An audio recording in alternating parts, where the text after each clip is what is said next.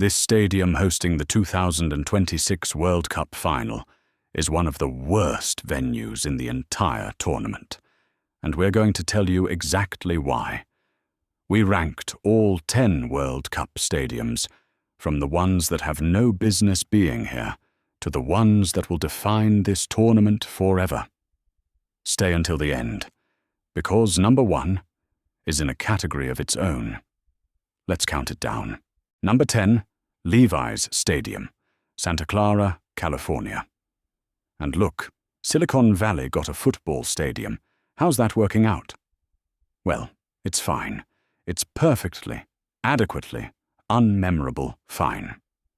Levi's opened in 2014 as home of the San Francisco 49ers, replacing the beloved but crumbling Candlestick Park. The irony. It's not even in San Francisco. It sits in Santa Clara, miles from the city it's supposed to represent. That identity confusion follows this stadium everywhere. It cost $1.3 billion to build. You'd think that buys you something truly spectacular. And it did. A very nice, very corporate, very soulless box. On the soccer side, Cristiano Ronaldo has played here. Messi appeared in a friendly. USMNT legend Clint Dempsey lit it up, but the stadium barely seemed to notice. The atmosphere is flat. The summer heat is brutal. There's no retractable roof, and the location, wedged between tech campuses and highway overpasses, offers zero magic. For the 2026 World Cup, Levi's gets group stage matches. It'll do the job. It'll be watched by billions. But if you asked any fan after this tournament, what was your favorite stadium? Levi's Stadium would never, ever be the answer. Number 10. Let's move on. Number 9. BMO Field, Toronto, Canada. And here's something different. BMO Field is the smallest stadium in the entire 2026 World Cup, at just 45,500 capacity. But honestly, that's kind of charming. In a tournament full of 80,000-seat NFL behemoths, Toronto offers something intimate and genuinely football-first. BMO Field opened in 2007 as the home of Toronto FC, making it one of the very few venues in this World Cup actually built for soccer. From the ground up. It's been expanded twice since then, and it punches well above its size when it comes to noise and atmosphere. The stadium sits on Toronto's western waterfront, with decent views of the city skyline, and it carries real emotional weight. This is where Canada beat Jamaica in 2021. The moment a nation of 40 million people rediscovered its passion for football. That match ended Canada's 36-year World Cup absence. The scenes inside BMO Field that night were electric. Italian superstar Lorenzo Insigne, lured away from Napoli to MLS, has thrilled crowds here. Jonathan Osorio has become a cult hero on this pitch. The knock on BMO Field is the capacity. At 45,500, it's less than half the size of AT&T Stadium in Dallas. In a World Cup where 48 teams are playing and demand for tickets is astronomical, it feels like a misfit.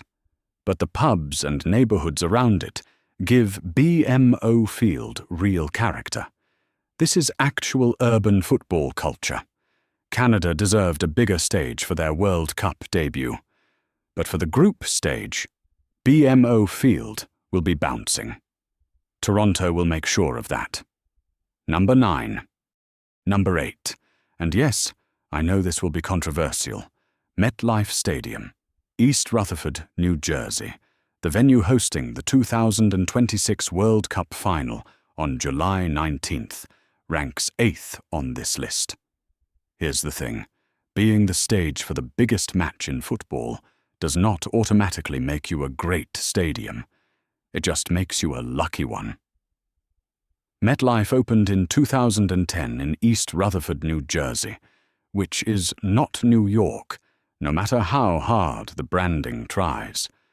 Getting there from Manhattan involves a train, a shuttle, and the kind of logistical nightmare that makes you question your life choices. The stadium itself is big, open air, and architecturally clunky. 2 NFL teams share it, the Giants and the Jets, and neither of them particularly wants to be there either. But here's where history steps in.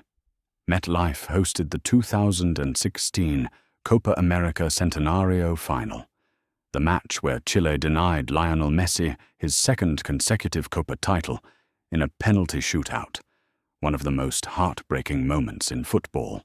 In 2025, it hosted the FIFA Club World Cup final, where Chelsea defeated PSG. 82,500 fans packed in. The atmosphere roared, and suddenly MetLife looked very different. Not a soulless commuter stadium, but a cauldron.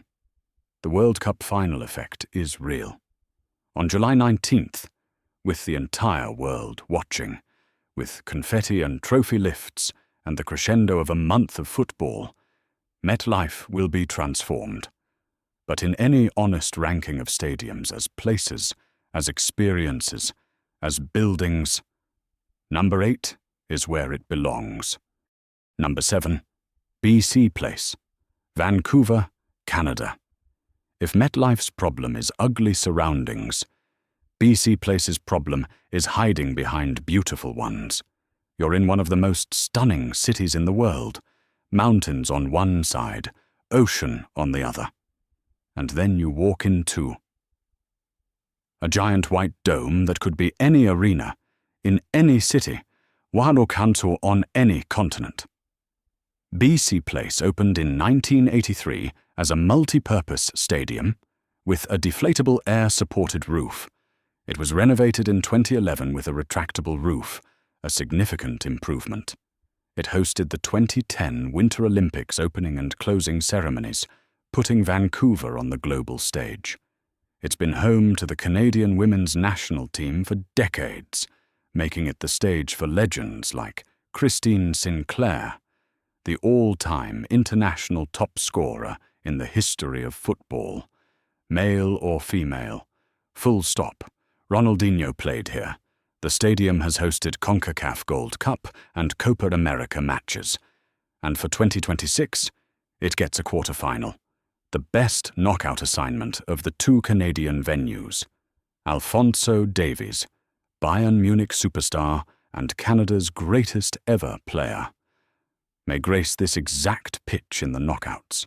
The roof is BC Place's best feature. The match will happen regardless of Vancouver's rain. The issue is atmosphere. The stadium is designed for everything, which means it's optimized for nothing. Football fans deserve roars and crammed lower decks, not a cavernous dome that swallows noise. Still, in late June and early July, with a quarter-final on the line, and Davies sprinting down the left, BC Place will be alive. Number 7. Number 6, NRG Stadium, Houston, Texas. And Houston, we have a very solid football stadium. NRG doesn't make anyone's list of the most beautiful or historic venues in the world, but it does something a lot of these stadiums don't. It actually feels like a sports venue. NRG opened in 2002 as home of the NFL's Houston Texans. It has a retractable roof, critical in Houston, where summer temperatures regularly hit 38 degrees Celsius. When that roof closes, it creates a compressed, loud atmosphere that genuinely hums. The lower deck gets steep and close to the pitch. When 72,000 Houstonians are screaming, you feel it. And here's what makes Houston special. It has one of the most diverse populations of any American city, with enormous Latin American and West African communities who live and breathe football. That means the crowd at NRG during the World Cup will actually know what they're watching. Thierry Henry, one of the greatest players in football history, was beloved across America during his MLS years and played in this city. Ronaldinho dazzled in Copa America matches at this very venue. DeMarcus Beasley, Houston's own son, made this city proud for 20 years as the USMNT's greatest left-back. For 2026, NRG hosts group stage games, and it's expected to have some of the loudest, most atmospheric matches of the tournament. Houston is ready. The stadium is ready. Number 6. Number 5, Hard Rock Stadium, Miami, Florida, and this one earns its place on merit. Miami is arguably the most football-obsessed city in the United States, a melting pot of South American, Caribbean, and European football culture, and Hard Rock Stadium, for all its NFL roots, has become a home to the beautiful game in a way few American venues have. Hard Rock opened in 1987 and has been renovated multiple times, most recently in 2016 with a stunning canopy structure that shields fans from the brutal Florida sun while creating a noise tunnel underneath. It's one of the better-looking American football stadiums from the outside, angular, modern, dramatic. Then came Messi. When Lionel Messi joined Inter Miami CF in 2023, Hard Rock Stadium became ground zero for Messi mania in North America. Argentina played Copa America fixtures here. Neymar has lit up this pitch. Didier Drogba, a beloved figure in American football culture, visited Miami during his MLS years, and this stadium hosted the 2024 Copa America final. The match where Argentina, led by Messi, secured their second Copa in 3 years, with a capacity crowd in full eruption. For 2026, Hard Rock gets a quarterfinal in a tournament where Argentina will be among the favorites and where Messi, possibly in his last World Cup, may be playing quarterfinal football. The chance of seeing him on this pitch one final time, in the city where he made America fall in love with him, is the most emotionally resonant storyline in the entire tournament. Number 5. Number 4, and now we're into genuinely great territory, AT&T Stadium, Arlington, Texas, the biggest stadium in the World Cup at 94,000 capacity. They call it Jerry World, after Dallas Cowboys owner Jerry Jones, and it is a monument to American excess in the most glorious, over-the-top way possible. AT&T Stadium opened in 2009 and cost over $1.15 billion. It holds the NFL regular season attendance record, 105,121 fans, for a Cowboys versus Giants game in 2009. The retractable roof is enormous. The centerpiece video board hanging above the pitch is the largest in the world. 72 meters wide, fully visible from every single seat. Walking in for the first time, your jaw drops. There is no other experience like it in sports. On the football side, Cristiano Ronaldo has played here. Wayne Rooney thrilled 80,000 fans in an England match at this venue. Mesut Ozil's Germany, during their dominant pre-World Cup era, played here. This stadium is used to the world's best players. It has the grandeur to match them. For 2026, AT&T Stadium hosts the first semifinal on July 14th. The two best teams left in the tournament will play here in front of 94,000 screaming fans under that iconic roof. Whether the finalists come from South America, Europe, or somewhere on this continent, the semifinal in Dallas will be one of the great spectacles in the history of this sport. Number 4, the Death Star is ready. Number 3, Mercedes-Benz Stadium, Atlanta, Georgia. And this is the stadium that makes American football infrastructure believers out of skeptics. Opened in 2017, it is one of the most architecturally stunning sports venues on earth. And unlike most of these NFL behemoths, it actually loves football, like genuinely loves it. Mercedes-Benz Stadium is the home of both the Atlanta Falcons and Atlanta United FC, one of MLS's most passionate clubs. The design is extraordinary, an 8-panel retractable roof, that opens like a camera aperture into the sky, an enormous halo video board that rings the entire roofline, and a location in the heart of downtown Atlanta that makes it feel alive even on non-match days. Thierry Henry, one of the greatest players in football history, became an ambassador for the sport across the USA, appearing at major events including here in Atlanta. Joseph Martinez, the Venezuelan striker, became a cult hero at Atlanta United, scoring 35 goals in a single season, one of the greatest individual performances in MLS history. When MLS's biggest visiting stars came through, including Zlatan Ibrahimovic at his most bombastic peak, Mercedes-Benz Stadium rose to the occasion. For 2026, Atlanta hosts the second semifinal on July 15th, the day after Dallas. With Atlanta United's passionate fan base, who already know how to create a football atmosphere, with a stadium purpose-built to amplify noise, and with the biggest match in the city's history on the line, Mercedes-Benz Stadium might just produce the loudest night of the entire tournament. Number 3, and it's not even close to what's coming next. Number 2, we are in rarefied territory now.